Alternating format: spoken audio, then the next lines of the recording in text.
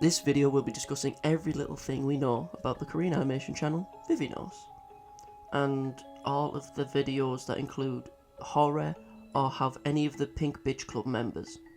It's a compilation of all my videos focusing on VIVINOS from the past 6 months, and to commemorate the new year as well as reaching over 5,000 subscribers, I thought I'd compile all of these videos into a single video. At the time of recording this little intro, I don't know how long this compilation will be, but without wasting any more time, here is everything you need to know about VIVINOS.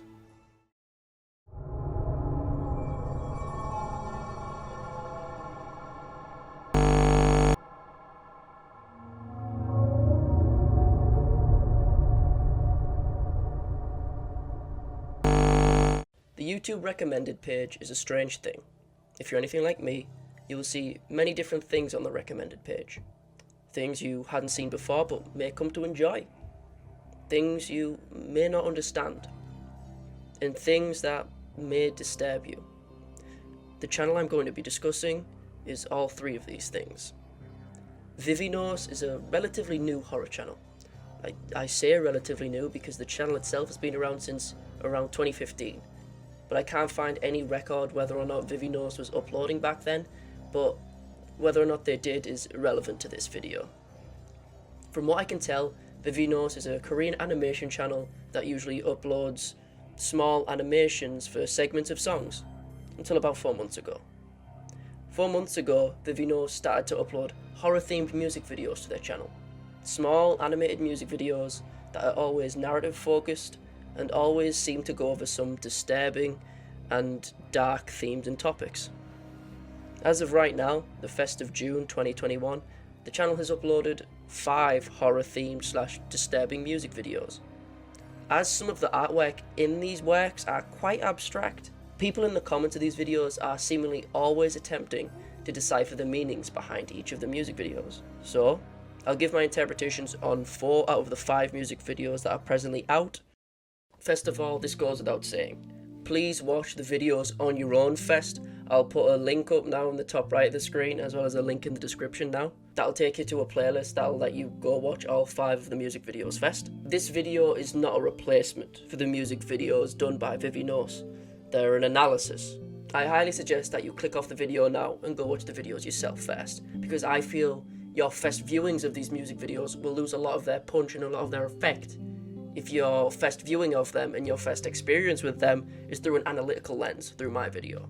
So I highly suggest go and watch them now on your own and come back, please. So go watch them, come back, so we can see if our interpretations of these music videos are the same. Okay, cool. Let's start with the oldest music video of the 5, Suki Suki Daisuki.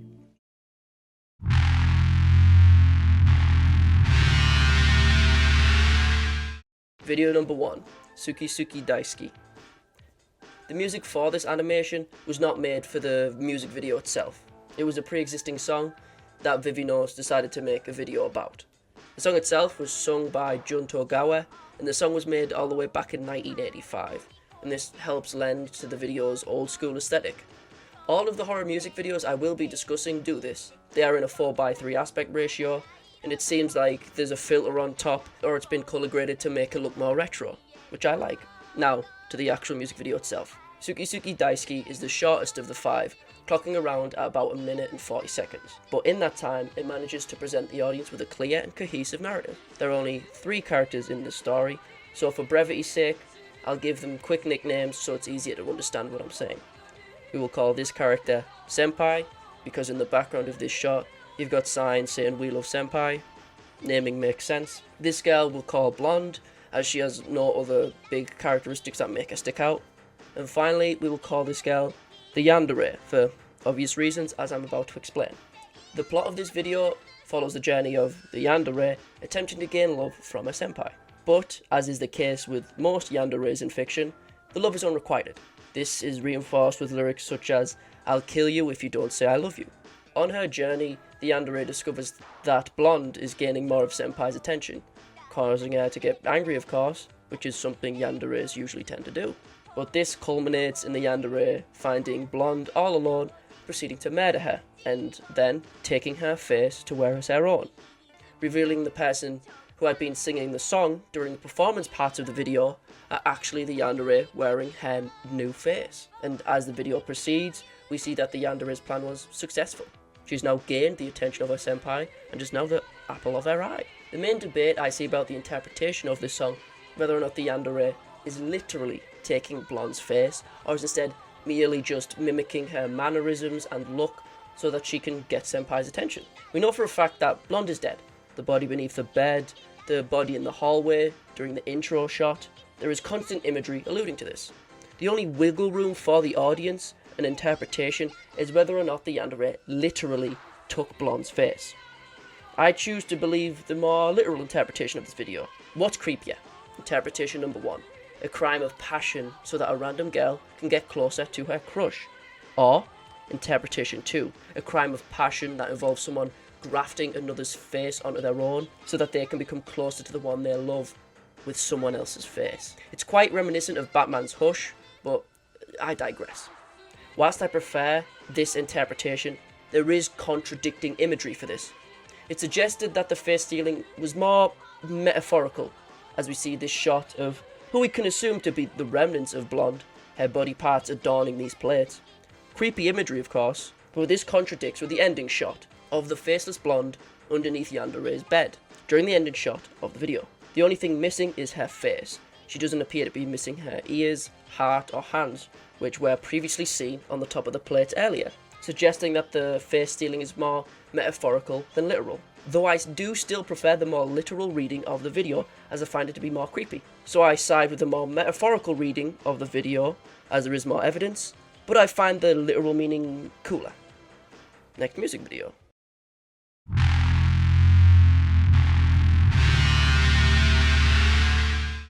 Number 2, My September. This song has a much less upbeat tone. Unlike the last video, whilst Daisuke was more disturbing, it had a very upbeat song accompanying it. Granted, the lyrics were much more dark, but there is a juxtaposition there. With My September, the background music is much more macabre, and this is reflected much more in the visuals. My September follows a girl after the death of someone close to her. We'll call this girl Glasses for obvious reasons. It seems that the spirit of the person she was mourning appears to be both following and interacting with her. We'll call the spirit girl Roku for reasons I'll explain later. We then flash back to before Roku's death, in which we see Glasses seemingly having a crush, which is then met by disgust and overall distaste. This is then highlighted due to the fact that shortly after this ocular exchange, a flower is left on Glasses' desk. In some countries, typically Eastern ones, it is customary to leave a flower on a student's desk if they die. However, if a flower is placed on someone's desk whilst they are still alive, it means that people think that you're better off dead. It's the equivalent of saying, go kill yourself. It's implied that this simple exchange of looks between the two characters is what led to this, and as a result, Glasses grew angry and sought revenge, leading to her choking and murdering Roku.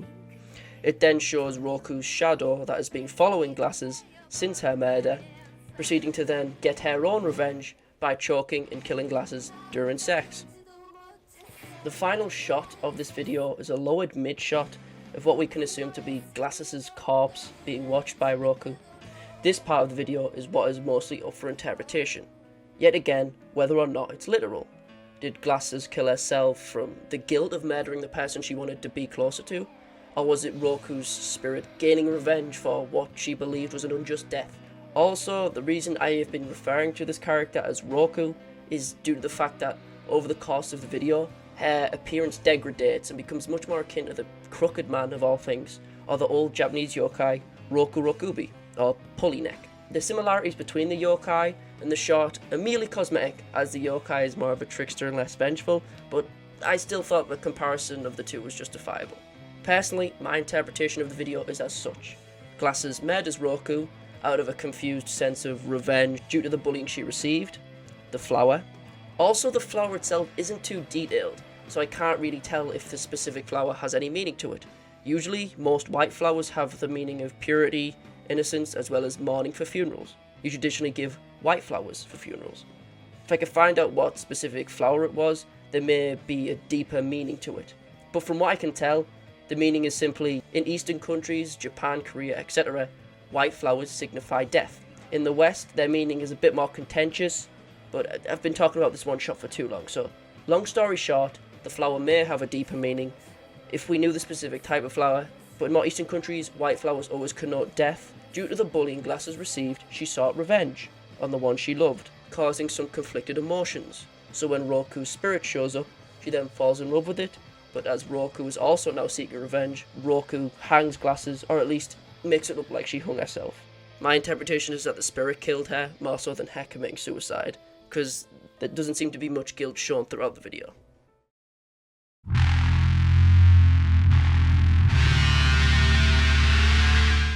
Number 3. Magical Girl Ruru.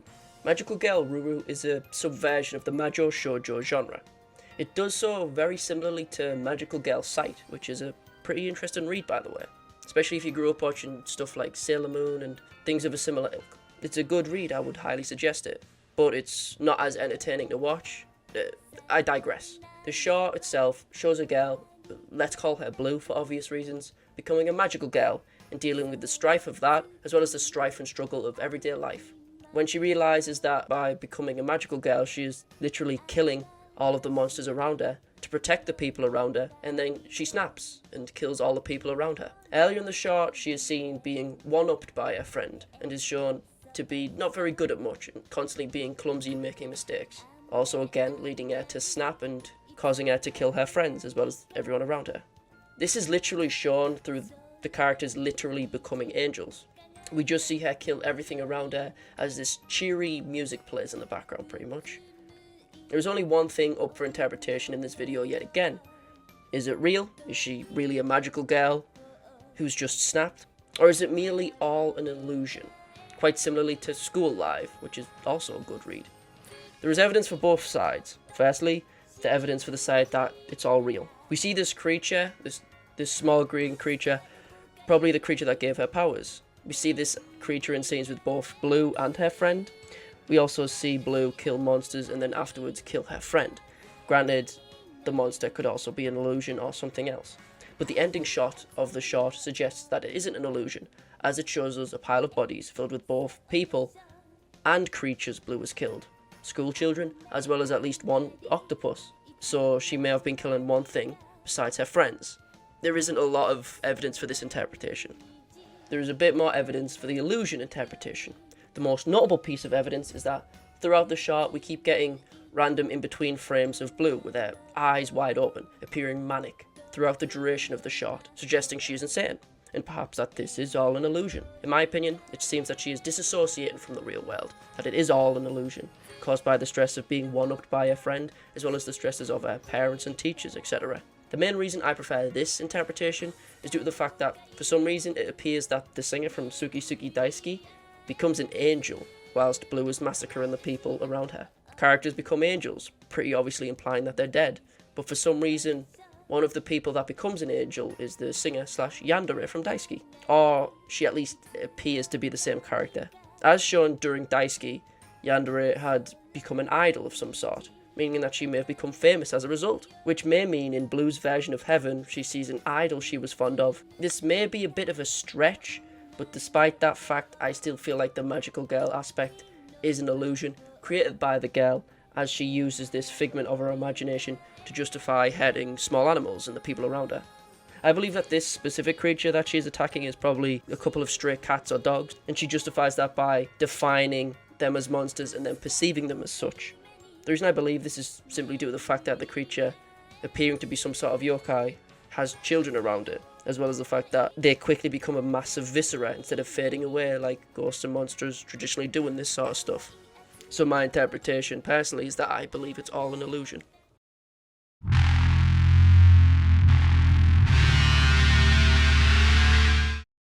Number 4. Beloved.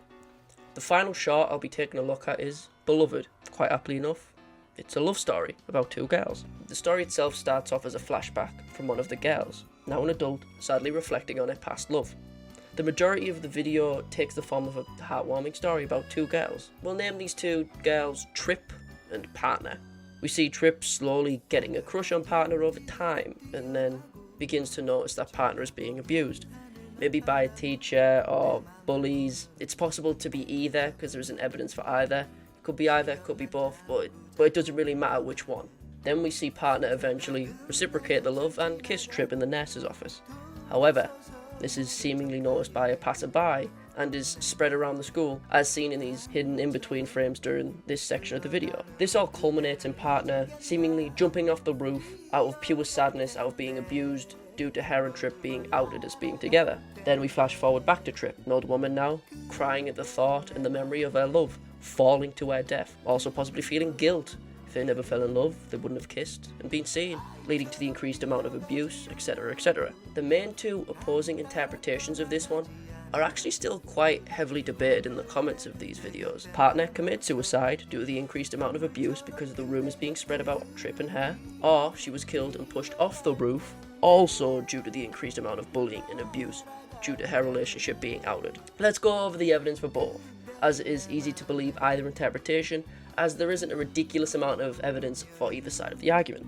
The suicide interpretation. The largest and most blatant piece of evidence for this interpretation is during the intro of the video, where there is a disclaimer saying that the video contains depiction of suicide, as well as other things, which could still be debatable, but for this side of the argument, let's say that it's gospel, and we can count it as evidence. Besides this, the facts that we get from the video can be used to debate either side for either interpretation as evidence. We know that she was being abused before the relationship was outed, and we know that the abuse probably increased after this due to partner's face being bruised and bloody while she is falling.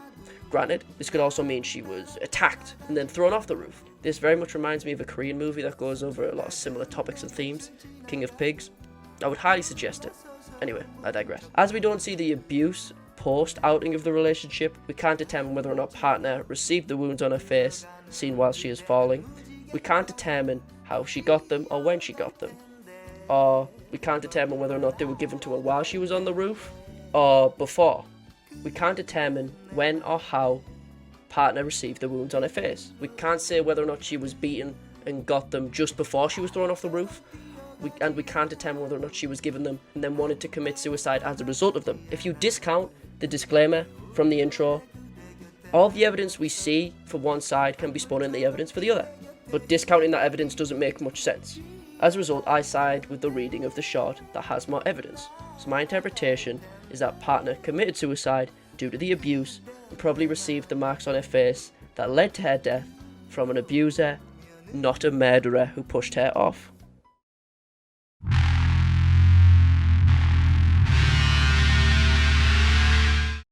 VIVINOS has posted a few times on YouTube about upcoming music videos, and I feel like this channel will probably grow much larger than their current audience, which is already quite large, which surprises me. Despite these impressive view counts, not more people are talking about this channel. I mean, they're getting high views, and they're verified, so I'm just shocked. I refrained from talking about VIVINOS' latest video, Jordan River, as I wanted something for you to dissect and enjoy yourself. Because I know, despite the fact I told you profusely to watch the music videos yourself before finishing this video, I know some of you didn't. And I wanted to give you the chance to watch something made by VIVINOS for the first time yourself. There's me dissecting it and me looking at it in an analytical way. So I'll put it in the top right now and put it in the description.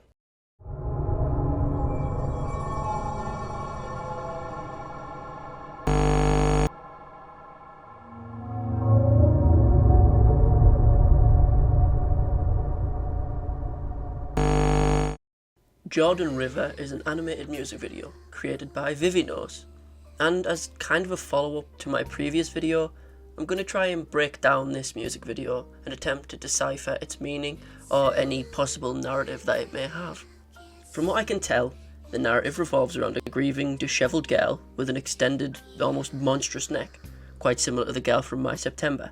She is mourning the loss of a friend or partner by creating an obsessive amount of dolls to try and replace them after they have died or maybe left. This is met with repugnance from the people around her, who then proceed to throw rocks at her and kick her to the ground, taking one of the dolls she created in the image of her lost loved one and proceeding to cut its head off. This then leads into a flashback of us seeing the life of the grieving girl before the event that led to her loved one dying or leaving. Taking some photos, which explains the photos adorning her wall during the intro, until a bomb or tornado or some sort of disaster happens, which leads to the loved one dying or leaving. We then cut back to the morning girl, coddling her doll, surrounded by bodies. The scissors that we used to cut the doll adorning the ground. Pink blood covering the people who bullied her. Okay, if you watched my previous video, I imagine that you aren't surprised about the question I'm about to pose to you. Is it literal? Well, let's go over the more literal interpretation of the song first.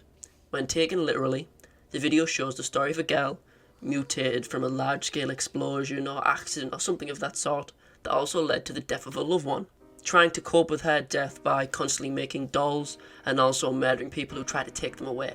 The bomb or tornado being literal would explain the greyer and darker colour palette of the real world. However, it wouldn't explain why the people who bully the morning girl don't seem to be as mutated or burned as the morning girl in any way.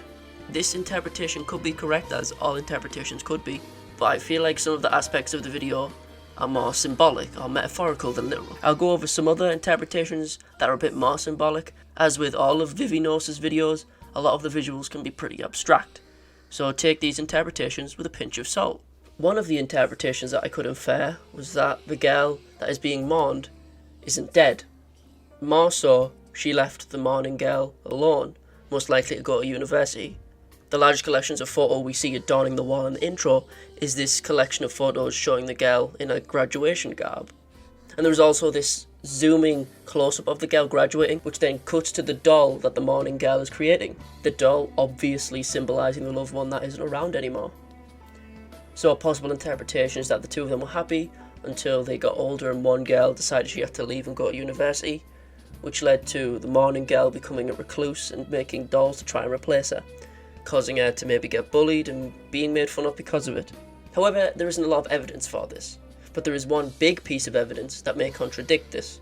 The song title itself. I got this information from a comment on the video itself, so take this info with a pinch of salt, and because for the life of me I can't find any info on the Korean meaning of the phrase Jordan River, I can only find biblical meanings, which are, from what I can tell, relatively different.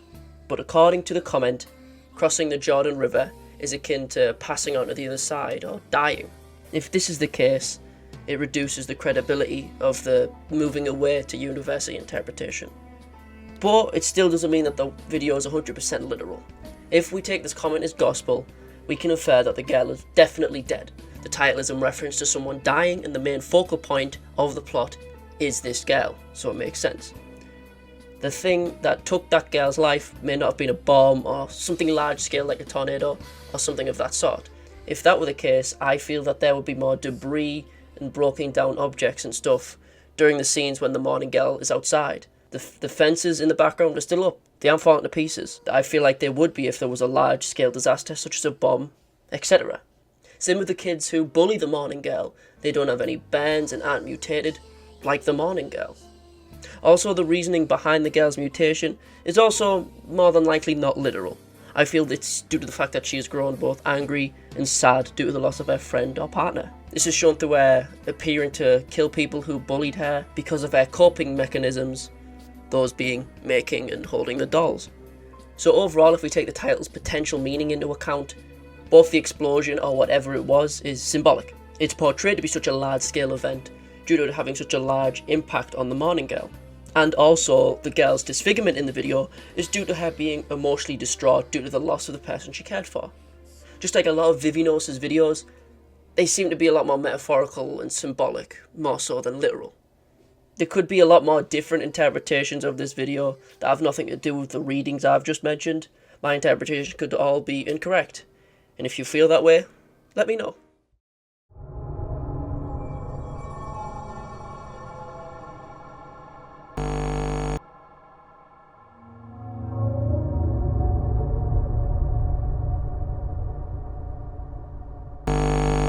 Fiance is another music video created by the animation channel VIVINOS.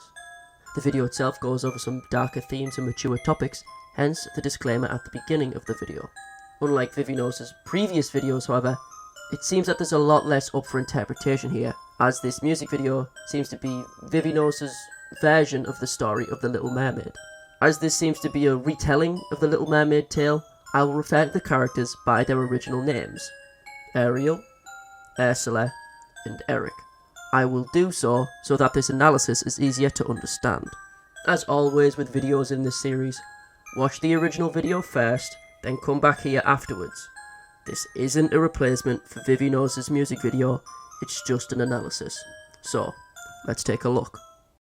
The story begins with us seeing Ariel seemingly meeting Ursula as she lurks at the bottom of the ocean. We then see a flash of imagery showing us pieces of the plot from the original tale of The Little Mermaid. Eric's ship sinking into the ocean, Ariel saving him, the two of them kissing, and then culminating in the two getting married. All the while, Ursula seemingly looks on in jealousy. This then seemingly climaxes with Ursula placing a curse on Ariel, which then causes her to morph and deform into a more fish-like creature, growing scales, webbed fingers, and gills as she screams in agony as her body contorts and mutates, forcing Ariel to become an ugly distortion of what she once was. The video ends with Ariel being forced into Ursula's arms as she wraps her tendrils around this husk of Ariel as they both lie at the bottom of the ocean. The plot of this video is very different when compared to the other videos in the VIVINOS library, as it is a classic tale retold, but with a twist. There is seemingly very little up for interpretation on the viewer's part. One thing up for discussion, however, is the nature of the relationship between Ariel and Ursula before the curse was placed. Were they ex-lovers? Was their relationship merely platonic and not romantic, and they were only friends? But upon Ursula seeing Ariel with Eric, she snaps and grows jealous. The title of the video, Fiancé, seemingly refers to Eric and Ariel, but a possible interpretation is that maybe Ariel and Ursula were to be married, but upon Ariel saving Eric, she fell in love with him, explaining why Ursula felt such vitriol towards Ariel and would cause her such pain. There is no real evidence for this interpretation, however, it's purely conjecture. But it's fun to speculate, as the titles sometimes have a large role in the interpretation of these videos. One possible interpretation is that when the curse inflicted upon Ariel activates, she runs away out of shame due to her new form being too ugly, and then retreats to Ursula as she will accept her new form, despite the fact that Ariel feels nothing towards Ursula, as shown by the lack of emotion when the two are holding hands in the ending shot. The love is not reciprocated at all.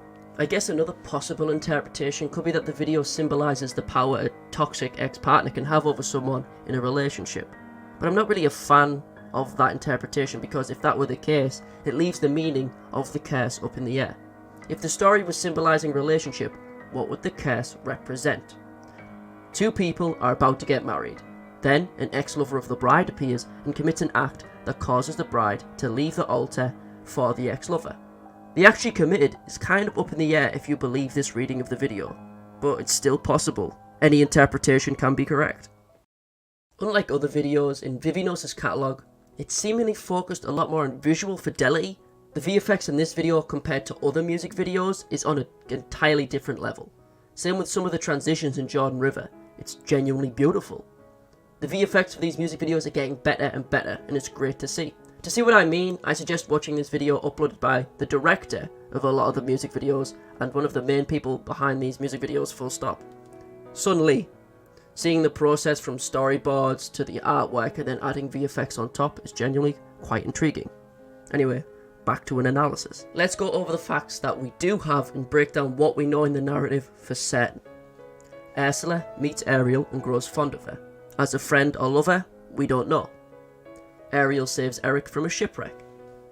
Ariel and Eric fall in love. Ariel and Eric are to be wed. Ursula grows jealous of the two and places a curse on Ariel. Ariel suffers from the curse and begins to transform at her wedding.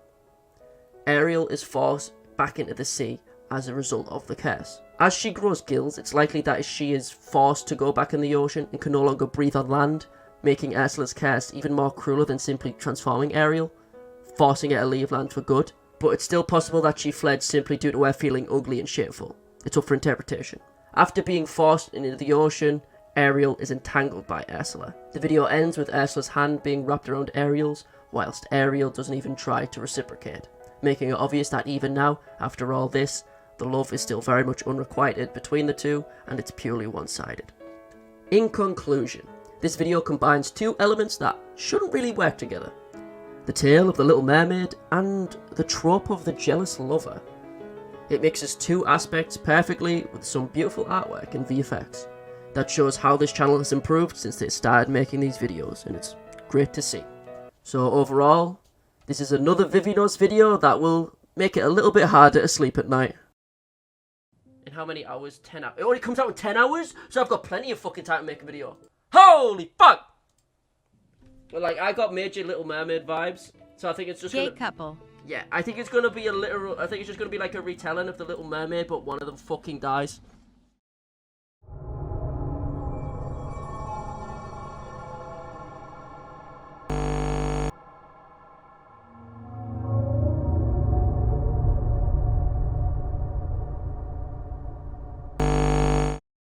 Tilly Tilly Bomb is another disturbing music video created by the Korean animation channel VIVINOS, a channel that I have covered extensively in the past. This video is quite unlike VIVINOS' previous videos, however. Instead of covering two lovers who have been ripped apart by a cruel fate, or something similar, this tale is simply about two lab rats. The song used in this video is an old Russian lullaby of the same name, Tilly Tilly Bomb. Not an old pop song like Suki Suki Daisuki, or a somber-toned ambient song like My September. No, it's a lullaby. A creepy lullaby. A lullaby so old that people aren't even sure when it was made or who even made it. Anyway, let's take a look at the video itself and try to make sense of what's on screen. The video starts off with an extreme close-up on a lab rat's eye as it looks outside of its cage. The shot then pulls out to show us the full contents of this cage. Two rats, one albino rat and one brown rat. We then get another extreme close-up of a character's eye. As the shot pulls out, we see that the eye belongs to an albino girl, meaning that the albino rat more than likely represents her. For argument's sake, let's refer to her as Red, since her most focused on feature is her eyes. The scene continues, as we see Red getting her head shaved by some faceless scientists, as a drip is connected to her neck.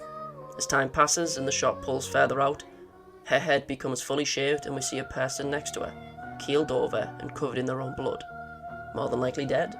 The character is also dressed in the same attire and is also recently shaven, meaning that this person was also more than likely a lab rat. As this shot fades, the screen is suddenly filled with Renaissance paintings that have been covered in filters and black veins painted on top of them, as well as seemingly real images that have had filters and effects put on top of them. We then suddenly cut to an image of a cross, surrounded by a white light. We then see two children, now in their church vestments, with one of the scientists presenting them to the masses as the church cross looms above them. We then see a scientist prep a syringe with what appears to be holy water from a holy water font, as the two girls hold each other's hands in fear. We are then met with more biblical imagery, but this time of Jesus Christ. We then see the two girls sitting above the praying masses below the holy cross. The two are then paraded through the meadows by carriage. The other girl, for simplicity's sake let's call her Brunette, is greeting and thanking the people, as Red passively ignores them.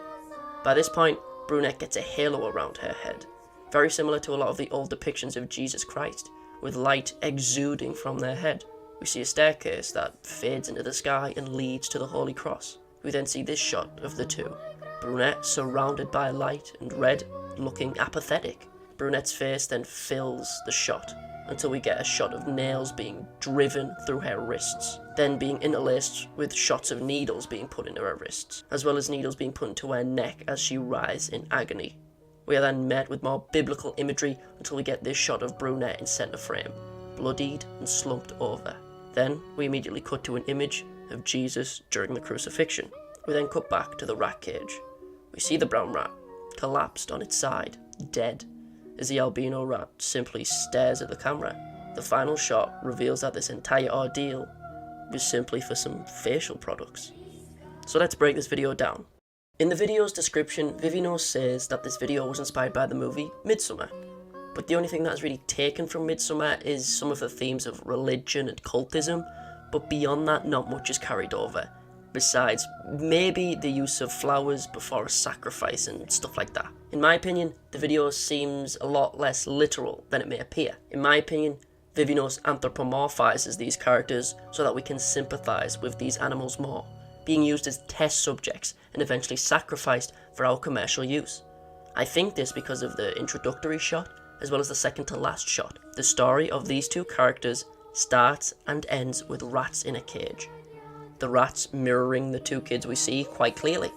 They are shown to us as children because if they were simply shown to us as rats being injected with syringes, the effect wouldn't be anywhere near as visceral and unsettling if it was simply some rodents. Yes, it would be unpleasant to watch that, but the effect would be severely weakened. Further evidence of this is the fact that the kids get shaved. When rats get tested on for cosmetic testing, rats have products rubbed onto their bare shaved skin so it's easy to see adverse effects. Some people may argue the exact opposite, however, saying that the rats are meant to represent the children more so literally than metaphorically, that these children are literally lab rats in some shady beauty company's laboratory, and the main reason for the lab rat imagery is to tell the audience that these children are test subjects. I disagree with this sentiment because it is clearly portrayed to the audience that these characters are being experimented on. If you remove the scenes with the literal lab rats, we could already tell that these kids are test subjects. Also, thematically, the narrative is a lot more poignant if the story reflects the real world. More than 100 million test rats are still being used as test subjects annually in the US alone, so I doubt that VIVINOS meant to tell the story literally, that children are being tested on, because that would turn the story of a twisted but bitterly true representation of the real world into a story about children in a top secret facility being tested on, which really dampens the effect of the narrative in my opinion. My interpretation of the video is as such. The two lab rats are represented by the two characters, Red and Brunette. We are shown how the rats are treated through them being shaved as well as injected with strange chemicals. I feel that the religious imagery, more so the imagery of Jesus Christ, is supposed to liken the act of martyrdom, sacrificing your life and dying for your beliefs, to the act of animal testing for cosmetic products. The brown rat slash brunette is very clearly meant to represent the lamb, aka Jesus Christ, being sacrificed. I believe this because of the way she is presented, with a halo and light surrounding her, as well as the shots of stigmata and the shot of the crucifixion just before her death further support this. This video compares the most famous sacrifice in all of history, the life of the Lamb, Jesus Christ, a story that we all know and are familiar with. Jesus dying for our sins, the crucifixion. This video compares that to the life of lab rats being sacrificed for something as mundane as beauty products. This video paints lab rats as unsung martyrs for the average person's convenience. It's quite ironic and poetic in some ways, and because of this, conceptually, this is my favourite VIVINOS video. So overall, this video portrays a narrative about the struggle of lab rats that are constantly being subjected to heinous testing through the anthropomorphization of these lab rats, by representing them as children to make the story even more heartbreaking, reflecting the real world in a twisted, but unfortunately accurate way.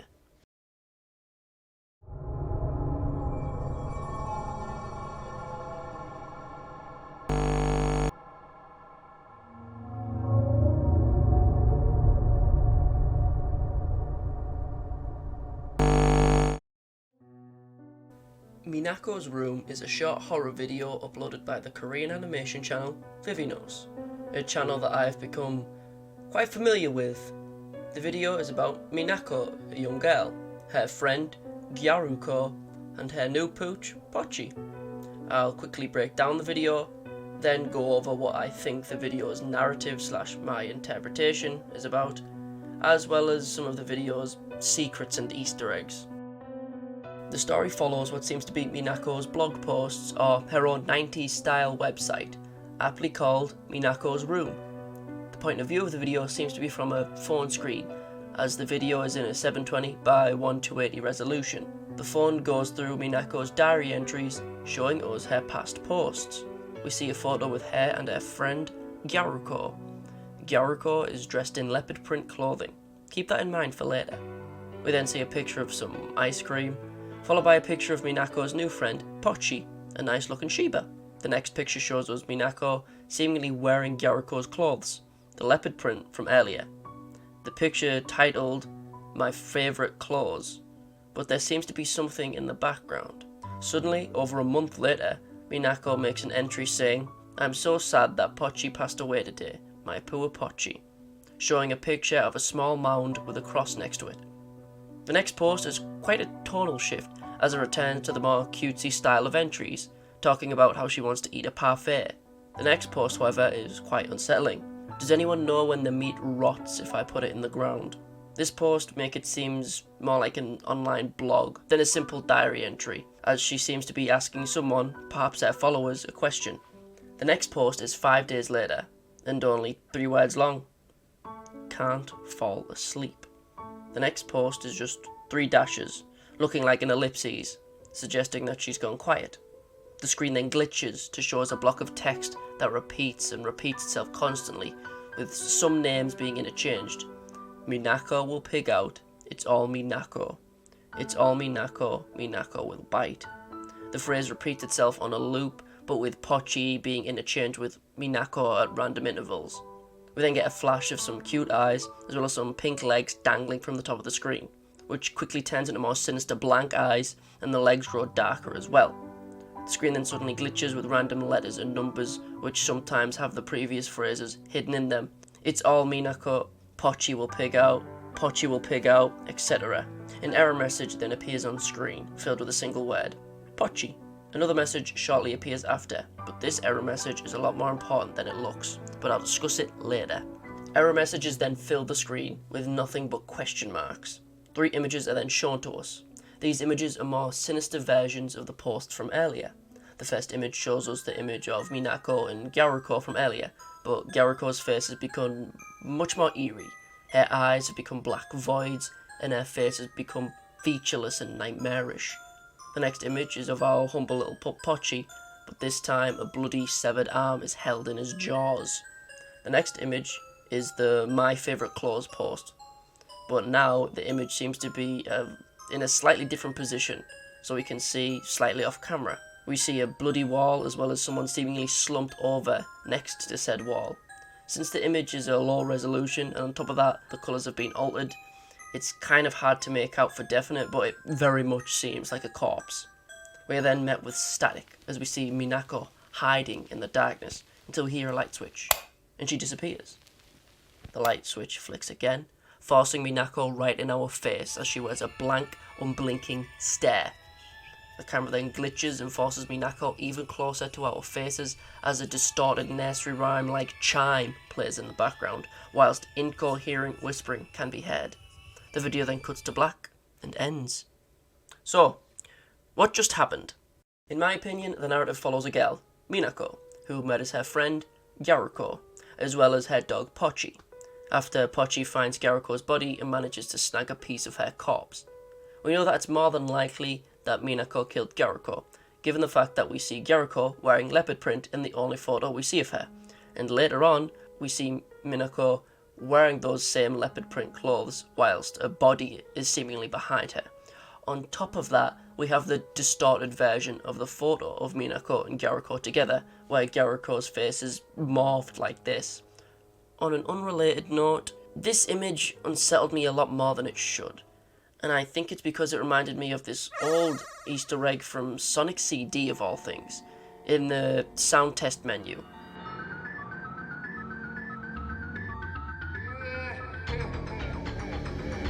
Anyway, that always really creeped me out, but I digress. I tried to take a look at the whispers I heard at the end of the video, but I couldn't make them out. I couldn't tell what they were saying. And I also couldn't recognise the small tune that plays at the end either. So if you can recognise that, please feel free to let me know. The video is very different to every other VIVINOS video. Unlike VIVINOS' other videos, there seems to be a lot less up for interpretation here. But as a result, there is a lot more hidden inside this video. So let's talk about what this video is hidden. And trust me, there's a little bit of a rabbit hole here. I won't lie, upon initially viewing this video, I wasn't going to make an explained video about it. But when it released, I decided to take a look at VIVINOS' Twitter to see if they had said anything about their upcoming music video. But upon going through VIVINOS' Twitter feed, I saw this. Thank you, Twitter user at Wonkolo, for spotting this. Not gonna lie, if it weren't for you noticing this, I probably wouldn't have made this video.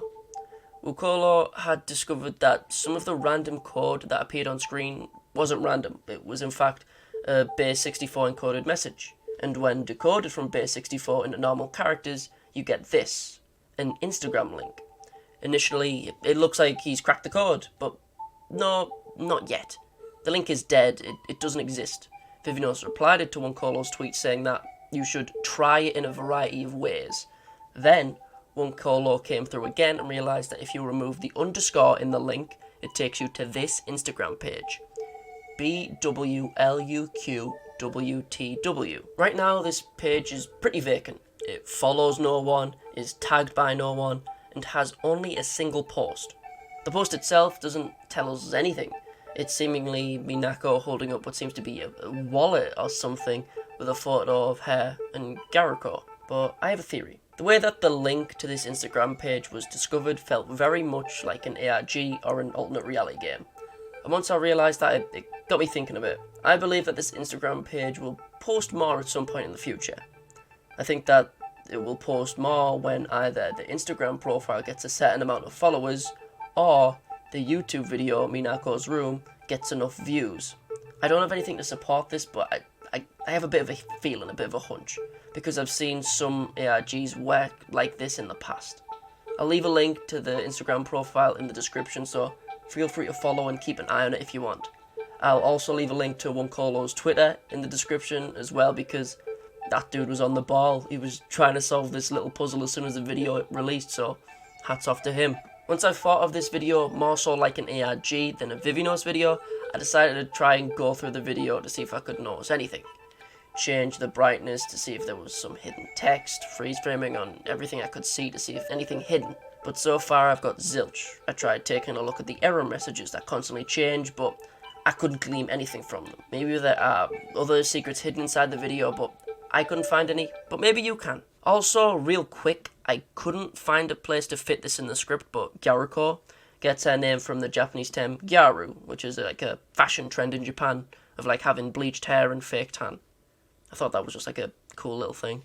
In conclusion, this video is quite simple on the surface, following the narrative of a girl who murders her friend and her dog, and keeps a serial killer-like manifesto about it on her phone. But if you look a little bit deeper, it hides hidden codes that require you to decode them and look away from the video itself. In my opinion, I feel like this video may lead to a larger ARG or something similar in the future. But right now, the Instagram page acts like a neat little tie-in to this creepy video. So overall, I like the direction that VIVINOS is taking this channel right now, and I'm really looking forward to see their next project.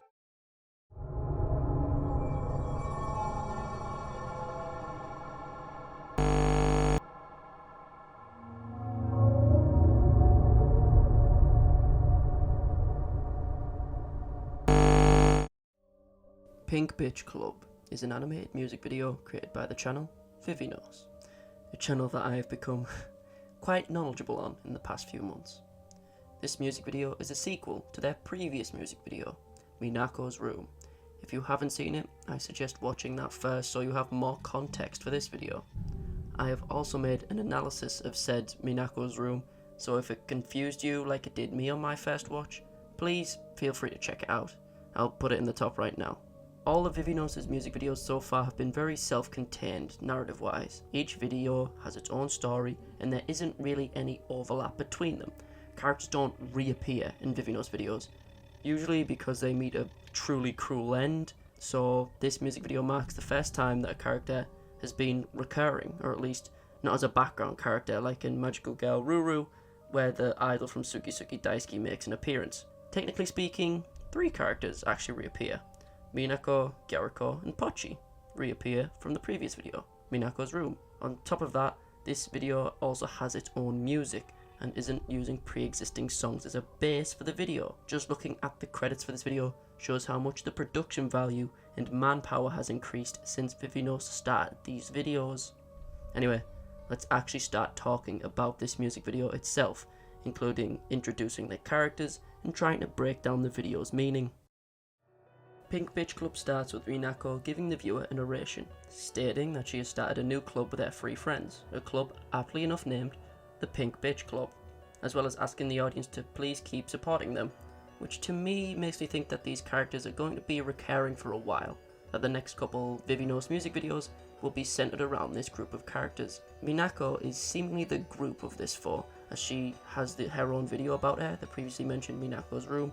On top of that, she is seen alone in her room in the dark and has the most screen time, so it's safe to say she's the de facto leader and also the main character. Jericho, seemingly Minako's best friend, is another character who appeared in Minako's room. Granted, she was looking a lot different in that video, given the fact that she became a corpse, but here she seems to meet a similar fate. Charlotte, a gothic Lolita. She's one of the two new characters who were introduced in this video, and she very much reminds me of Rachel Alucard from BlazBlue actually. And the final person in the Pink Bitch Club is VYT24, I think, a robotic maid. She is also shown to be a schoolgirl as well. Not much to say about her until her final scene. As the video proceeds, we see the group hanging out, going to karaoke, until all of Minako's friends disappear. She's left alone in a void without her friends. We cut to Minako, alone in her bedroom in the fetal position. Everything void of the pastel colours which were just filling the screen. The silhouettes of Minako's friends then loom over her from behind. You then see the items flash on screen that represent each of the characters. Jericho's clothes, Charlotte's plush bunny, and the robotic maid's heart, as well as Pochi appearing and transforming into a magical girl. We then see Minako's drab and realistic world get changed by Pochi flying past and changing her world back into a bright, colourful world from earlier. Minako then dresses up in ways to imitate her friends. She dresses as a robotic maid, then in clothes covered in Jericho's leopard print and having her hair tied back, just like Jericho, and finally as an eye-patched gothic Lolita like Charlotte. Then the screen transitions to a cluster of random imagery and glitching.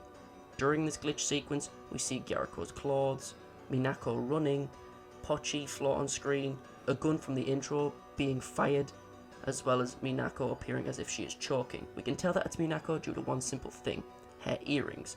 Out of all of her friends, Minako is the only one who wears earrings. So from this shot, we can infer that the person on the ground who is also wearing earrings must be Minako and not any other character. Since the shot is completely pink, filled with pixelated hearts and glitches, it is kinda hard to make it out. Is she getting choked? Is she having a fit? It's kinda hard to tell, but from what I can tell, I think she's being choked or choking on something, because I think something is holding her neck, but as I said, it's very hard to tell. We're then shown corpses of all of Minako's friends, Jericho in the bath covered in blood, Charlotte on the ground next to her torn up plush, and finally the robot maid suffering the most brutal death, having her heart ripped out, which was foreshadowed earlier in the video when it was shown in the screen with the images that represent each character. The video ends with Minako holding a finger up to her mouth to shush the camera as the line, "A girl's secret is a secret forever," is said. The credits play as the videos fade out. So, what happened? There are two major interpretations I can see for this video that people will debate about. Minako killed all of her friends and is trying to bring them back to life by dressing as them, or Minako imagined all of her friends and is actually just on her own, alone in her room, having a mental breakdown, imagining these characters, imagining her friends. So, the major deviation between these two interpretations is whether or not the viewer believes her friends were real or a figment of her imagination. So let's take a look at the evidence for both. And then at the end, I'll give you my opinion and let you decide what your interpretation is. So, first, let's take a look at the video's lyrics. Since the song is seemingly an original song, created for the purposes of this video, which means, unlike the majority of the past videos which used pre-existing songs, we can really look into the lyrics to find a meaning. From what I can gather from the translated lyrics, the song is about keeping secrets, hence the intro line, "A girl's secret is a secret forever." This line also acts as the outro line too, meaning that its wording is more than likely very important. In the entire song, however, I believe that the most important line to the video's narrative is this.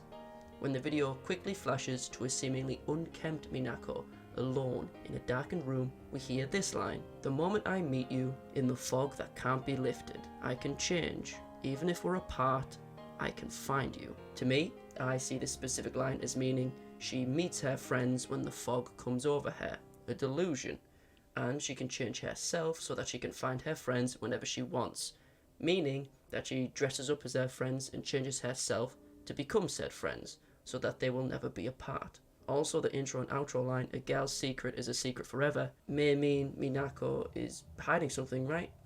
Given the context of the video's ending and the song on a whole, that secret could be a few things, and there isn't any concrete proof of what the secret definitely is. Her secret could be that she killed her friends. It could be that she is secretly mentally unstable. It could be that her friends aren't real. It could be that Pochi is dead. It could really be anything.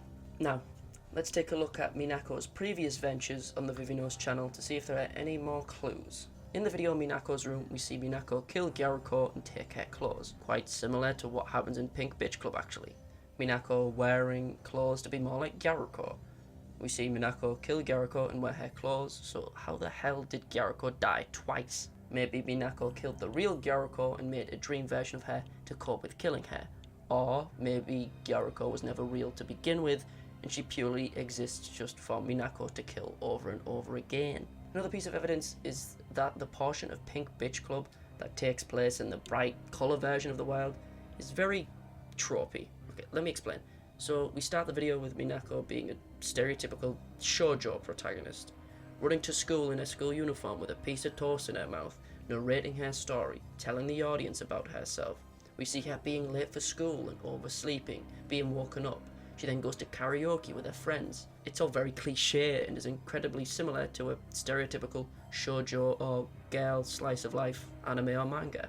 It's quite blatant. It makes the actions in the more colourful world feel a lot less likely to be real as they are so cliche and almost dreamlike. Another small detail that could be evidence for a theory is the doll that Charlotte has. When Charlotte is introduced, we see the bunny in full view. 2 red eyes, big ears, and a big cross on its forehead. Then later, when we see Charlotte's corpse, we see the bunny's face as being ripped in a very peculiar angle, ripping off both its ears and one of its eyes. And just before seeing this, we see Minako dressed similarly to Charlotte, with a similar plush to the one that was ripped, but fixed, replacing the bunny ears with a black teddy bear head, making it seem that Minako yet again killed someone and stole their clothes and appearance, just like in Minako's room. As I was going through the video again, I came up with another possible theory, which is a bit out there. As I said earlier, towards the end of the video, we see Minako and she appears to be choking on the floor on her back, mouth open and eyes rolling back. Since we can't see her pupils when she's on the ground, it's safe to say she's probably dying. If that's the case, it's possible that Minako is dying and the images we are seeing during this video are her last breaths as she is dying on the ground, imagining a better life where she isn't alone and is surrounded by friends and has a robotic maid. I don't know whether or not I believe this interpretation, however, as it feels like VIVINOS has a lot more planned for these characters. I have no evidence that VIVINOS will use these characters in the future, but I have a hunch that these characters will be quite prevalent in the future on VIVINOS' channel. Also, the Instagram profile I mentioned in the Minako's room video made a post on Instagram when this video was released. When translated, the writing says, "Very cute, the last one is a secret." I'm unsure what to make of this, to be honest. The image shows Minako shushing the camera just like the outro of the Pink Bitch Club video. In my opinion, I think that Minako is dreaming up her friends, the robot maid and Charlotte at least, but as Jericho was the only other character that has shown up in a VIVINOS video before this one, I think that she was probably real. And now, in this video, Minako has dreamed Jericho back to life, and some other friends to help keep her company. There are a lot of possible interpretations for this video, however, I feel that over time, more videos will be released about these characters, and when more information about Minako and her little gang is presented to the viewers, I feel like I'll have a more concrete interpretation. But right now, I feel that Minako's friends are a figment of her imagination, and she is all alone. This video is yet again a new direction for VIVINOS' channel. As I've said a couple times, I think that more videos involving the Pink Bitch Club will be released, and when they do, I'll be very interested to see what happens.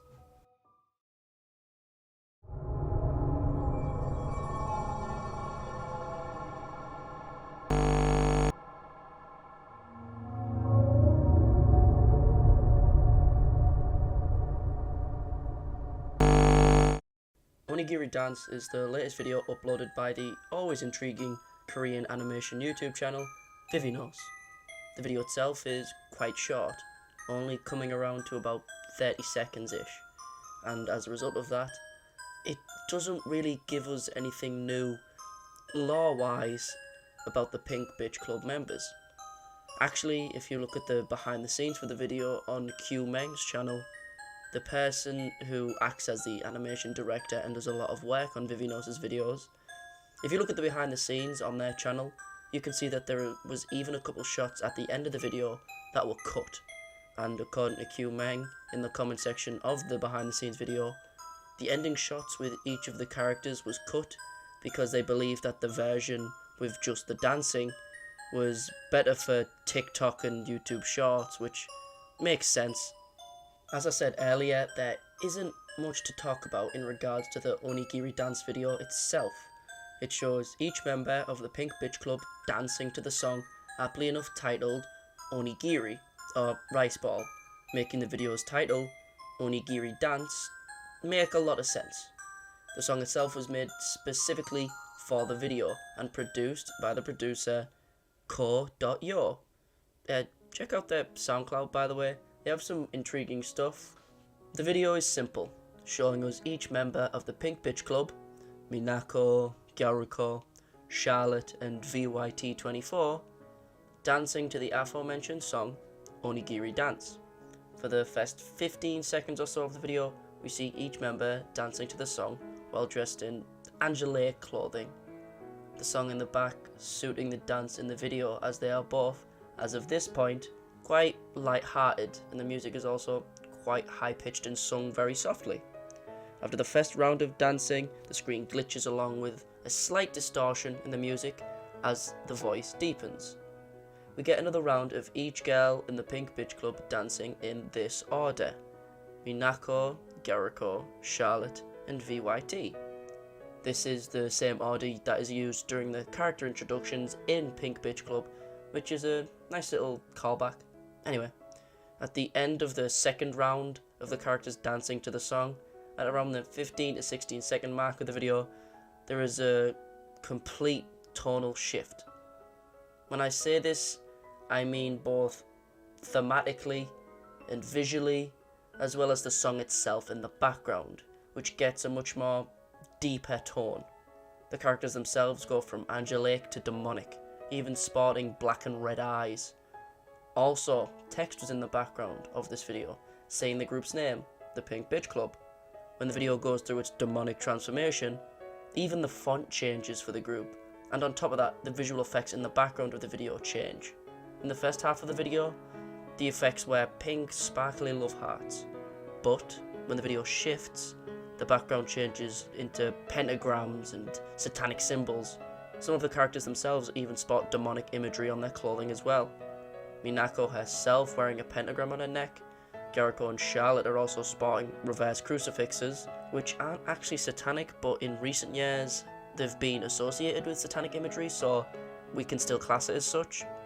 And then after the fourth round of every character dancing, at around the 31-32 second mark, the video then just suddenly ends.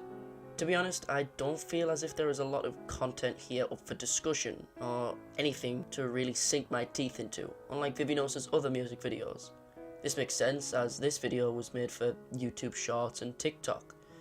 However, there is a little bit for me to delve into in regards to the Pink Bitch Club as a whole. Since my last VIVINOS video, another Instagram account has been made. An account was previously made for Minako, and the new account, however, has been made for Jericho. The profile itself has the name QWLUYL. So far, this account doesn't really have anything on it. It's all stuff that we've seen before. All images that have even been posted on VIVINOS' community page or on Minako's Instagram page. However, something that I failed to mention in my last VIVINOS video is that VIVINOS posted a link to Minako's Instagram profile on her YouTube community page, and as a result, people have been tagging the profile in some cool fan art, which is kinda cool. Also, on the topic of fan art and stuff of the such for VIVINOS, someone made a full Higurashi version of the Onigiri dance video, which is kinda cool. Anyway, let's back onto the Pink Bitch Club and Onigiri dance. VIVINOS posts a lot of things to their community page on YouTube.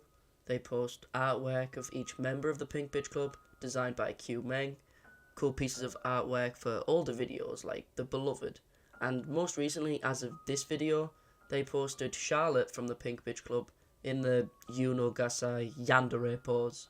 The pose has become somewhat synonymous with the Yandere character archetype, and just for people who don't know, for a bit of quick clarification, Yandere means lovesick in Japanese and usually refers to someone who is crazily in love with someone to the point that they are willing to kill for them, to put it lightly.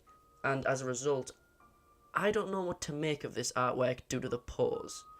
Maybe it's just cool artwork showing off one of their original characters, or it's foreshadowing for a potential new video, showing off one of Charlotte's character traits. Who knows right now? It's all pretty much conjecture at this point. In all fairness, I personally see this video just as a small music video for this idol group. There isn't really much to pick up on here. As I said earlier, it's pretty bare bones lore-wise. I feel like this video may be setting up as something much bigger. As I've stated in previous videos, I still feel like this animated idol group will somehow end up evolving into an ARG or something similar, given how new Instagram accounts are being made with seemingly randomized usernames, as well as the consistent uploads from VIVINOS that are being centered around the Pink Bitch Club. I feel as if there is still a lot more in store for these 4 characters.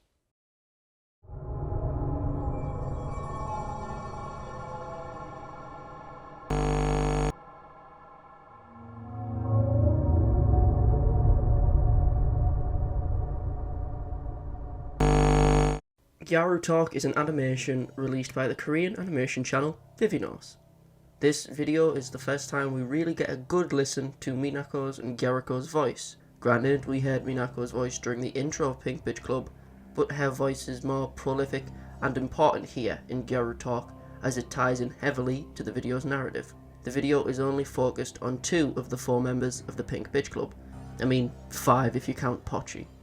The narrative of this video seemingly revolves around Minako, the de facto leader of the Pink Bitch Club, as well as Jericho, arguably the other most important member of the club besides Minako. Also, please bear in mind that the translation I'm using for the dialogue said in this video is from the comment section of the Gyaru Talk video, as I don't know Japanese or Korean, so take the translations with a pinch of salt, and if there are any mistranslations, please feel free to let me know in the comments. And without further ado, let's actually discuss the video at hand. The video itself starts off quite cutesy, with some slow-paced music in the background, filled with light pinks and dark blues, which have been somewhat synonymous with the Pink Bitch Club colour palette at this point. Minako looks at the camera, puts in her coloured contacts, adds some blush to her cheeks, and applies some lipstick. I also noticed that during this section, we can see what appears to be a pair of eyes in the top right of the screen. For some reason, the iconography of eyes is quite prevalent throughout the entirety of the Pink Bitch Club videos. In the video itself titled Pink Bitch Club, during the glitch sequence, we see 2 pairs of eyes, and in Chino's we have all the green eyes of the taxidermied animals in the fire. I feel at some point the reasoning for the use of eyeballs will be revealed, but as of now, I'm quite unsure of their meaning. On top of this, the coloured contacts that Minako puts in are a brownish orange, which is a colour very similar to Jericho's eyes. Keep that in mind. All the while she's saying dialogue throughout her makeup routine, until she smiles at the camera and we see Jericho. Whilst Minako was on scene during the first interval, she said the following lines. "This is super cute. Damn, I'm starving.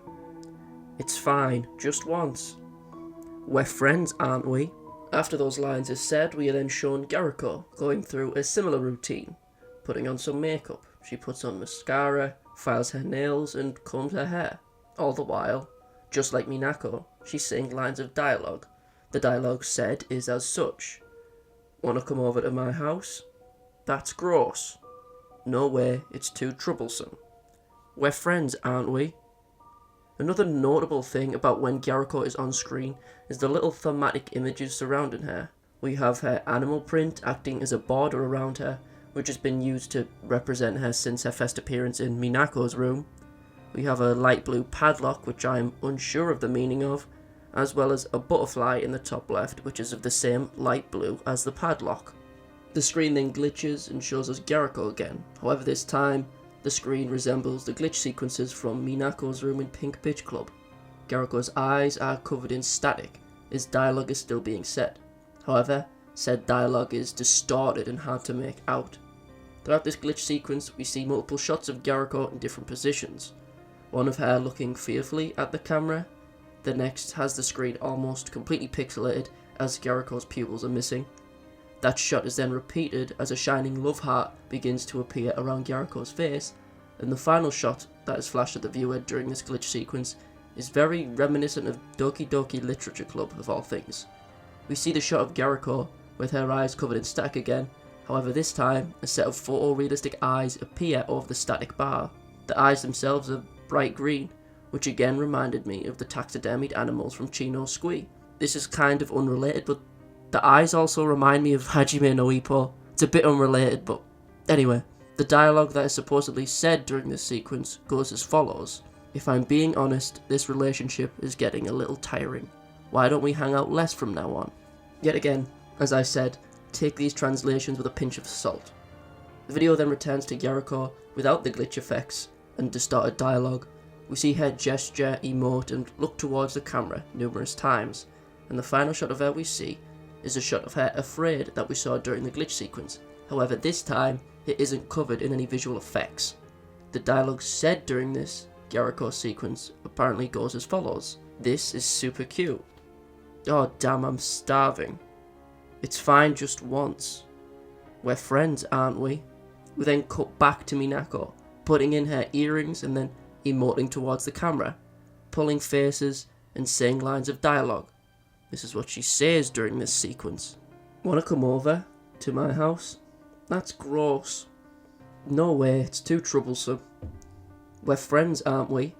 If you were paying attention, you would have noticed that the dialogue during the final Minako sequence, all the dialogue that Minako says mimics what Jericho said earlier in the video. Both what she says and the tone it's said in is mimicked.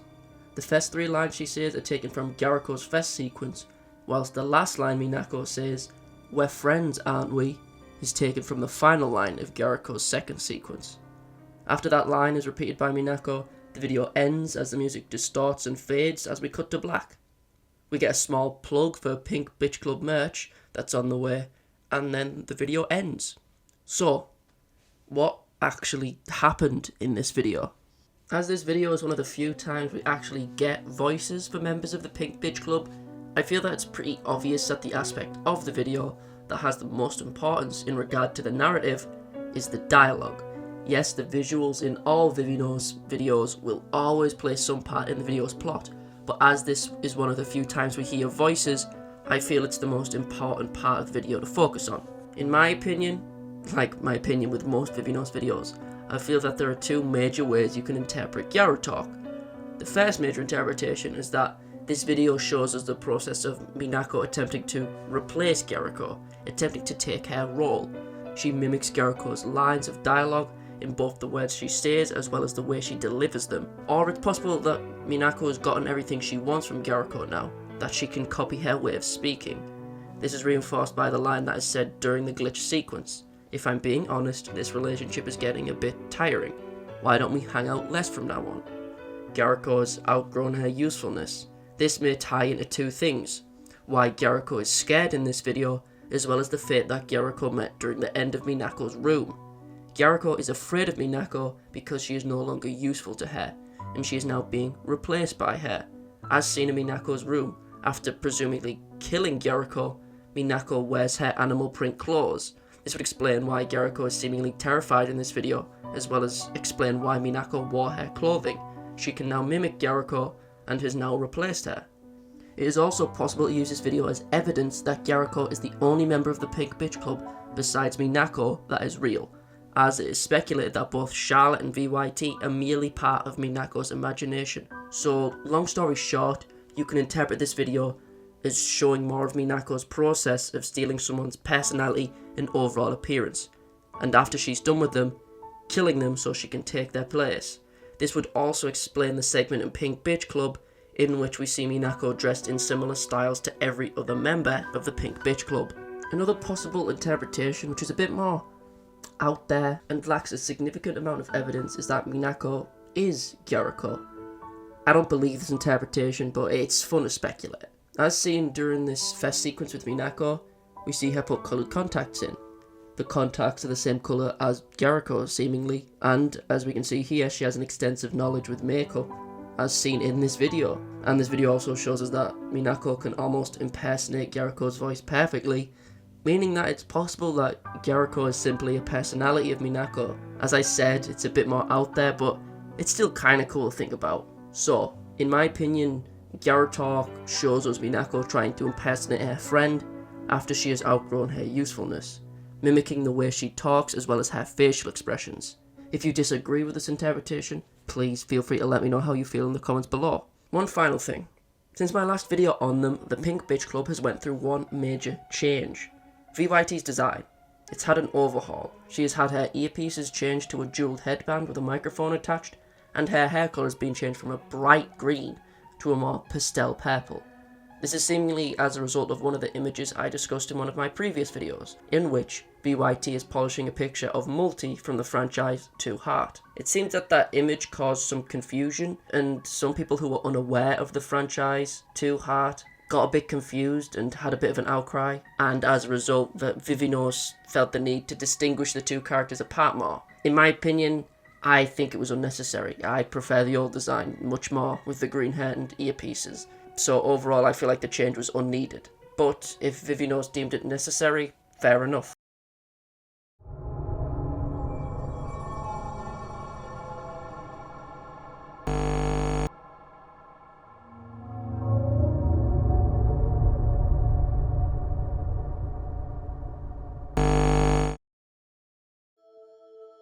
Falling Full Moon, or Chi no Sui, is yet another animated music video created by the Korean animation channel VIVINOS.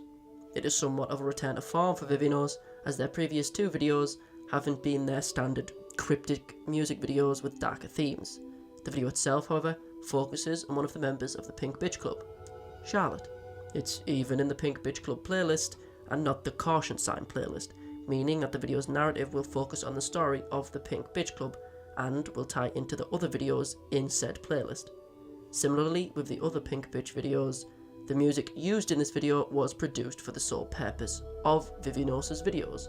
As a result, I feel that the lyrics in this song have some importance to the video's narrative, unlike some of VIVINOS' other videos, as the words said in the song were created specifically for the purpose of this song.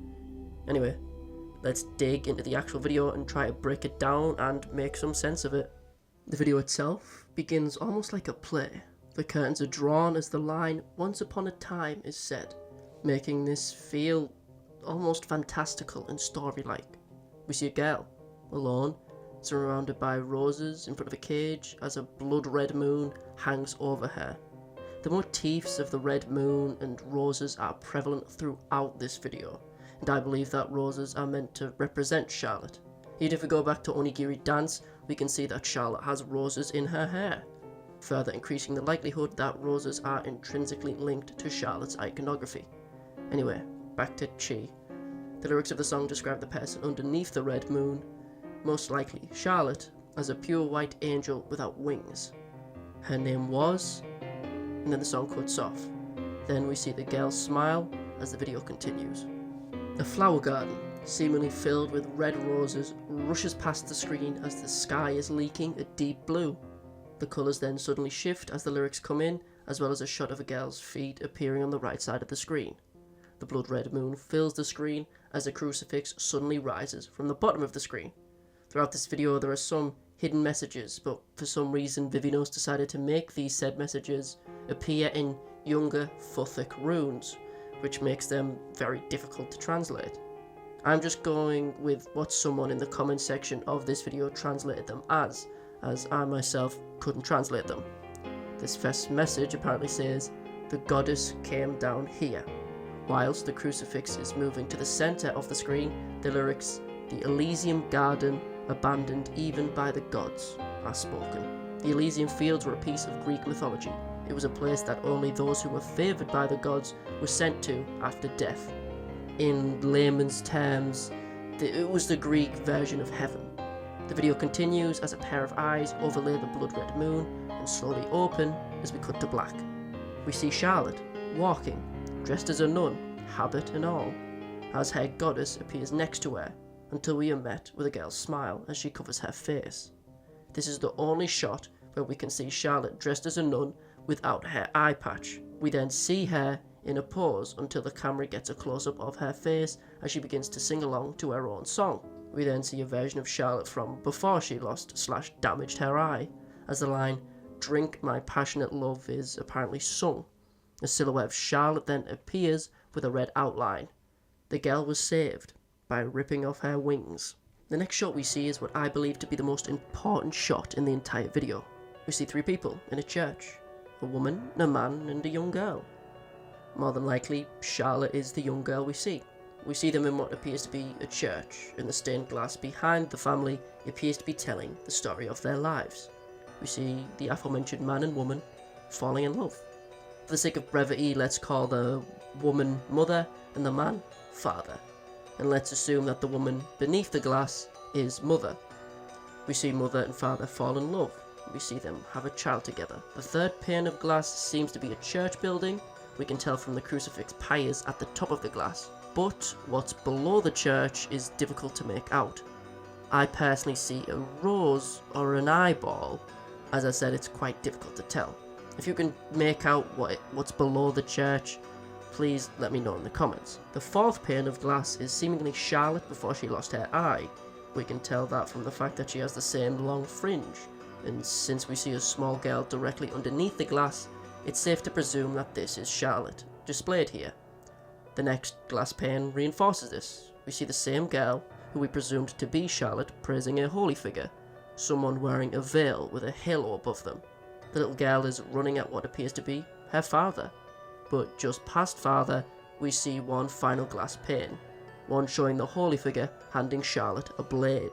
Then we see a still of mother, until after a few seconds, the animation takes an unusual spike in quality and gets ridiculously smooth for a second. And we see mother whip the cylinder of a revolver into place and then proceed to shoot someone off screen. We do see a splash of blood, meaning someone was probably shot. The next shots after this help prove the theory that Charlotte is the small girl in the stained glass story, as we see her praising a figure just as the girl in the glass panes did. And we also see Charlotte toy with the figure's blade, further highlighting the connection between the glass panes narrative and Charlotte. All the while the lyrics are saying lines such as, "The resurrected picaresque pain is proof that she is alive." Just for clarification, the term picaresque has two meanings. Basically, it comes from the Spanish term picaresca, which comes from the word picaro, which means rogue or rascal. Or the term picaresque itself could be in reference to something being an episodic adventure with a rogue protagonist. For example, the story of Don Quixote. Anyway, the next shot helps tie the theme of religion into the video, as we see what appears to be Noah's Ark in flames. We see animals of all shapes and sizes, and a good few of them in pairs, just like in the story of Noah's Ark. A lot of the animals also having green eyes, somewhat reminiscent of Pink Bitch Club when a pair of green eyes flash on screen. We then see Charlotte in front of the burning building with a blade in hand. We flash between two versions of Charlotte, one with an eye patch dressed as a nun, the other, while she still has both her eyes, fully dressed in white. We then see a shot of Charlotte praying with a rosary in hand as the background is pure red. The video ends as Minako appears at the church, drenched from the rain with Pochi at her side. Charlotte is weak on the floor. A crucifix from earlier flips into a reverse crucifix, more than likely symbolizing a loss of faith or a change in belief system. A single feather then proceeds to fall into a black abyss, and the credits roll. So, what the hell did all that mean? In my opinion, there are two major interpretations of this video and the meaning behind it. The first interpretation, the video shows us Charlotte growing up in a church after being told by her god to kill her family. Maybe to prove her faith or something or other. The reasoning isn't too relevant. She then gets shot by her mother, loses her eye, and then she proceeds to kill her family and burns down the church. After this, Charlotte is injured after the scuffle with her mother and is saved by Minako. If you believe this interpretation, you believe that most things in the video are in a chronological order. I, however, don't believe this is the order of events. Interpretation number 2. This video goes over Charlotte's origin story. Just like with the last interpretation, mother and father fall in love, have Charlotte. She grows up in a church. She falls in love with a religious figure. The figure asks her to kill her family. Mother shoots out Charlotte's eye at some point, and around this time, Charlotte meets Minako. We know this for two reasons. One is the fact that Charlotte is still in the church. We can tell this from the pews in the background as well as the crucifixes on the door. So how could Charlotte still be in a church after she already burnt it down? So this shot must take place before the church was burnt down. We can also tell this took place at this point because of how Charlotte is dressed. When meeting Minako, Charlotte is dressed in all white. However, we can only see her left eye in this shot. Her right eye is the damaged eyeball, so this could mean, at this point, Charlotte was shot in the eye and had already lost her eye at this point, and Minako proceeded to save her. As a result of Minako saving Charlotte, it caused Charlotte to praise Minako as a god. And then after Charlotte being saved, the two of them burned down the church, maybe at the behest of Minako. Also, because all the shots of Charlotte praising her religious figure are after she's shot in the eye, it's possible that Minako was always the figure that was praised by Charlotte. Perhaps the goddess that convinced Charlotte to attack her family in the first place was simply Minako, and Charlotte didn't switch from one god asking her to kill her family to another. In my opinion, I think that this video is about Charlotte's childhood, up to the point we see her in Pink Bitch Club and Onigiri dance. We see her grow up with a loving family, probably a religious family. Then, upon meeting Minako, she then reveres Minako as a god and falls in love with her. When we see Charlotte in Onigiri dance, a wedding ring suddenly materializes on Charlotte's finger after the song has a tone change. So maybe Charlotte made some sort of commitment to Minako. Who knows? Minako seemingly saves Charlotte when they first meet. It seems that Charlotte is possibly injured in this shot. She is collapsed and on the floor of a church with bags under her eye. Well, at least under the eye we can see. It's possible that the other eye is completely shot out at this point. So overall, the video is about Minako causing Charlotte to change from a purely Christian belief system, as implied by the crucifix at the beginning and the end of the video, to a belief system centered all around Minako, hence the changing to a reverse crucifix upon meeting Minako. Maybe Minako convinced Charlotte to kill her family to prove her loyalty, creating a Christian parallel to the tale of the binding of Isaac, in which a man is forced to kill his son to prove his loyalty to God. I see a couple of similarities to that story in this video, but anyway, I digress. However, it is very much possible that both of these interpretations are incorrect, such is the nature of VIVINOS' work.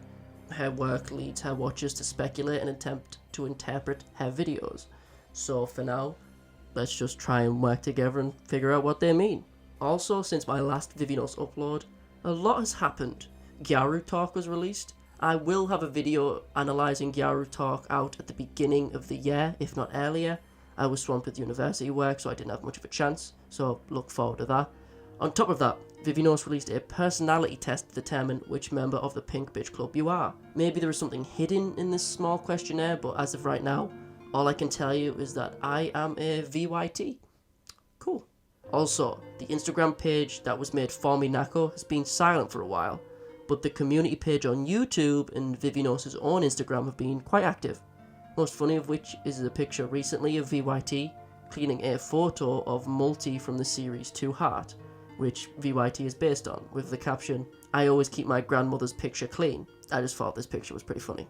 The Instagram also posted these pictures of all the members flipping their middle fingers. Also quite funny. It's nice to see the characters not being torn apart and seeing VIVINOS have fun with their OCs instead of torturing them. Also, personally I feel that there is no connection between this video and Tilly Tilly Bomb. The aspects of religion in Tilly Tilly Bomb are more so metaphorical and less literal, yet the use of religion in Chino Squee is completely different. Tilly Tilly Bomb is, in my interpretation, about the sacrifice of animals' lives for the sake of our convenience. VIVINOS even said as much about Tilly Tilly Bomb when she said it was about experimental mouse in a community post before the video was released. Tilly Tilly Bomb uses religious imagery and stigmata to present the concept of animal cruelty to the audience, whilst in Chino Squee, religion is more so ingrained into a character's backstory instead of a symbolic meaning. So no, before anyone comments it, I do not think this video has a connection to Tilly Tilly Bomb. In closing, the music video Chino Squee, in my opinion, is about the origins of Charlotte from the Pink Bitch Club, and since the last video was focused more so on Jericho and Minako, hopefully we'll see a video focusing on VYT next.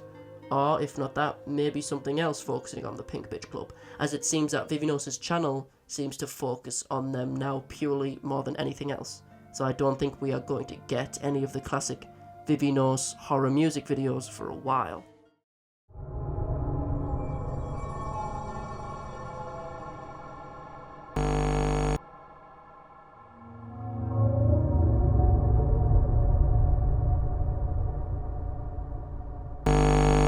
Psychedelic is yet another animation created by the Korean animation channel VIVINOS. Psychedelic also falls into the same category as Gyaru Talk and Onigiri Dance, as all three of them make use of a thinner aspect ratio. The video is seemingly an intriguing little snippet into the Pink Bitch Club's lore. It also shows us some new designs for the club, which look pretty cool in my opinion. Also, before anyone asks, the Instagram page for Minako is still remaining quiet. Well, it is at the time of me writing this script. Anyway, let's discuss the video at hand and try to understand what we are shown on screen. The video starts with a black screen as the music begins to come in. I would personally describe this music as industrial electronic, I think, but that's unimportant. What is important, however, is the fact that the music in the background was not produced by the person who's made all the other Pink Bitch Club music so far. It was not made by Ko.Yo. They made the music for Chino's Squee and Onigiri Dance, as well as some other Pink Bitch Club music. In this video, the music was produced by a Korean artist known as Sungyeon Kang, I think. Sorry for the mispronunciation. Personally, I believe it's due to the fact that the music in this video is very different to the other music made for VIVINOS' channel. But anyway, I digress. Let's get back to the video itself. As the song doesn't have any lyrics, we don't need to discuss them, so all of the video's narrative comes from its visuals. After the song fades in, we get flashes of each of the 4 members of the Pink Bitch Club. As they are surrounded by darkness, it only gives us a small glimpse of their new designs. Minako, then Jericho, Charlotte, and finally VYT, the same order as the original Pink Bitch Club video. As the song starts to build up more, we get a panning shot of all of their feet in a line as their shadows dangle in front of them. We then get the new designs flashed in front of us in a sporadic fashion, not allowing us to see all of the design, as they flash on screen too fast and are obscured by visual effects, and the colours are changed as well, so overall the shot just looks like a cluster of colours and characters that is very difficult to make out. We then get a shot of Minako, all alone, with her shadow hitting the projection behind her. The projection is showing us Minako dressed up in the same style as every other member of the Pink Bitch Club. This shot was used in the video aptly titled Pink Bitch Club. Just before we see the glitched sequence, we see this shot of Minako dressed as every other member. Anyway, back to Psychedelic. We are then met with a black void, filled with nothing but a pair of eyes. They're pink, and they suddenly open, revealing to us that these are Minako's eyes, showing off the character's new outfit. Minako's outfit is the outfit that changed the least from her previous one, in my opinion. She still has the pinks and blues of her previous designs, and also maintains the love heart motif she had in the Gyaru Talk video, from when she put on her earrings. Jericho's eyes then appear on screen, the colour of the outline of her eyes being yellow. When they open, we see a huge design change from the previous Jericho. Before this design, she was dressed more like a rebellious schoolgirl, going through a Gyaru phase, but now she looks more like a Japanese Yankee, a member of a biker gang or something similar. No more animal print to be spotted, she looks like a very different character here. The next set of eyes we see are that of Charlotte. Unlike the previous two, who had their eyes in darkness and then brought into the colour of their choice, Minako from pink eyes to a pink background, and Jericho from yellow eyes into a yellow background, Charlotte's background starts off with white with a red eye and eye patch, which then transitions into a red eye with a white eye patch and black background. When the characters' new designs are shown off, they get their chosen colour behind them, Minako with pink and Jericho with yellow. The colour behind Charlotte is black, probably meaning that's her chosen colour. Her design has also changed quite significantly. The full gothic Lolita look has been really toned down. Charlotte is dressed quite modestly, with a long top and long skirt. She still, however, has some design flourishes of the older design. The white straps coming off the skirt and all the hair pieces, etc. Also, in Charlotte's background, we seemingly get feathers falling from the sky. This helps maintain the iconography and narrative of Charlotte, which heavily involves religion. The final character that gets shown is, of course, VYT, but before we even see her eyes, we see a red jewel appear on screen. The red jewel seemingly matches what's all over VYT's new outfit. She now has red jewels on her hands, head, and chest, and seemingly now has red eyes also. When the red jewel fades, we get to see VYT's eyes in a black background. Her colour of choice is seemingly a nice light blue turquoisey colour. This video is also the first video to feature VYT since the design changed from green hair to a more purple pastel hair due to a little controversy surrounding VYT's original design. The outfit shown here is also quite strange. However, despite that fact, besides the green hair, it follows the same colour palette as her usual maid outfit. Light blues, dark blues with red accents. The red accents with the new outfit comes from the red jewels, which may be important in the future when we get a video about VYT. Also, if we flash back to Pink Bitch Club, we can see that VYT's heart, that Minako seemingly ripped out, contained a red jewel. So it's fair to say that the imagery of the red jewel is important. The shots of everyone's eyes are very reminiscent of the shot of the moon from Chino Squee. Just to be safe, I tried lining up the pairs of eyes of the 4 members from the Pink Bitch Club and the pair of eyes from Chino Squee. From what I could tell, none of the eyes matched or fit the profile. The next shot was shown after VYT is really intriguing. Throughout Pink Bitch Club, it's very arguable that out of the 3 members besides Minako, Jericho is the second most important, and these shots help further that narrative. We get mirrored shots of the 2 smiling, but when Jericho is shown, we see her with inverted colours for a frame. We then see the 2 far away from each other as their shadows hit the projection behind them. The projection shows one of Jericho's segments from Gyaru Talk. You can tell from the text at the bottom saying Jericho, as well as the butterfly in the top left.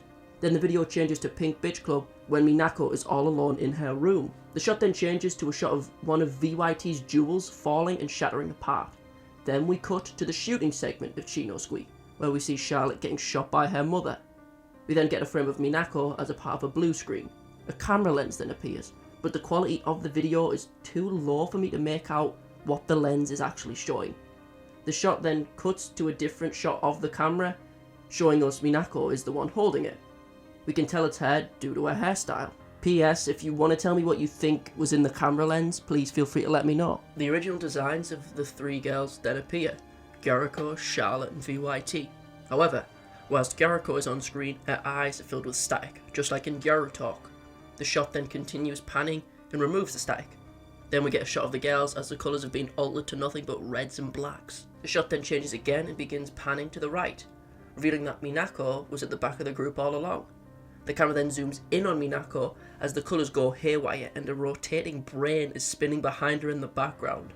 We get a close-up of Minako's face as the colours change and code falls down the screen. Minako then appears in front of the projector one more time as we get flashes from Jericho's and Charlotte's introduction from Pink Bitch Club, followed by what appears to be a strange close-up of VYT's face. Then a flashback to the karaoke sequence from Pink Bitch Club. Then the glitch sequence from Pink Bitch Club. Minako then fills up the entire screen, quite similarly to the end of Minako's room, as the screen gets darker and fades to black. So, let's try to pin down what actually happened here. This video does a lot of things. It shows us different versions of each of the club members. It constantly references other videos in the Pink Bitch Club series through a warped and strange lens. Even though the title of the video is quite strange, psychedelic, does the title imply that members of the club are high on psychedelic substances? I personally don't think so. In my opinion, I'm not 100% sure what to make of this video. It helps answer a couple questions about the Pink Bitch Club and helps strengthen the link between Minako and Jericho, whilst at the same time it raises a lot more questions than it answers. One possible idea that I had is that the new designs we saw of the club members are simply the same characters but slightly older. In my opinion, Charlotte and Jericho's design help back this up because I feel like they look a little bit older here. It might be the case that we're seeing older versions of these characters. This shot of Minako made me think that Minako feels abandoned by the other members of the Pink Bitch Club. She's struggling at the back of the group and is very much in her own world, hence the brain in the background. So personally, I see this video as showing us some of the club members, or just Minako, taking a look at the memories of the Pink Bitch Club, hence why we constantly see a projection, like an old film reel. And when we see Minako and Jericho together, they're looking at their old memories. If Minako feels abandoned, it would explain the line said in Gyaru Talk: "If I'm being honest, this relationship is getting a little tiring. Why don't we hang out less from now on?" When this line is said, it was heavily distorted so we couldn't really make out who said it. Maybe Jericho said it to Minako, hence why she's at the back of the group. As I said, this video is kind of hard to make out. The visuals are quite abstract and the narrative here is kind of all over the place, in my opinion. So, in conclusion, I see this video as showing us a glimpse into the future of the Pink Bitch Club, as we seemingly see some of them slightly older, but that might just be the outfit change leading me to believe as such. It's still very possible that they're the same age, just in different costumes. It shows us Minako reliving some of the moments from the Pink Bitch Club's past. And out of the new designs, Minako is the one who changed the least. Maybe highlighting hair not wanting to move on. My interpretation of this video is a bit fuzzy, so I'd appreciate hearing your thoughts in the comments below. Thank you. You stayed to the end of this video, this monolith. That's ridiculous. Or you just clicked to the end of the video, but either way, you cared enough to get to this part of said video, so thank you either way. 2021 was a very chaotic year for this channel, and it grew an insane amount, and it all pretty much started with my first analysis on VIVINOS' first couple horror videos, as well as everyone watching those videos, so I can't thank you all enough. Thank you. I don't know what this year will bring for the channel, but hopefully we can grow even more than we did last year. So again, thanks for supporting this channel, and toodles my doodles. Hopefully I'll see you in the next one. Peace.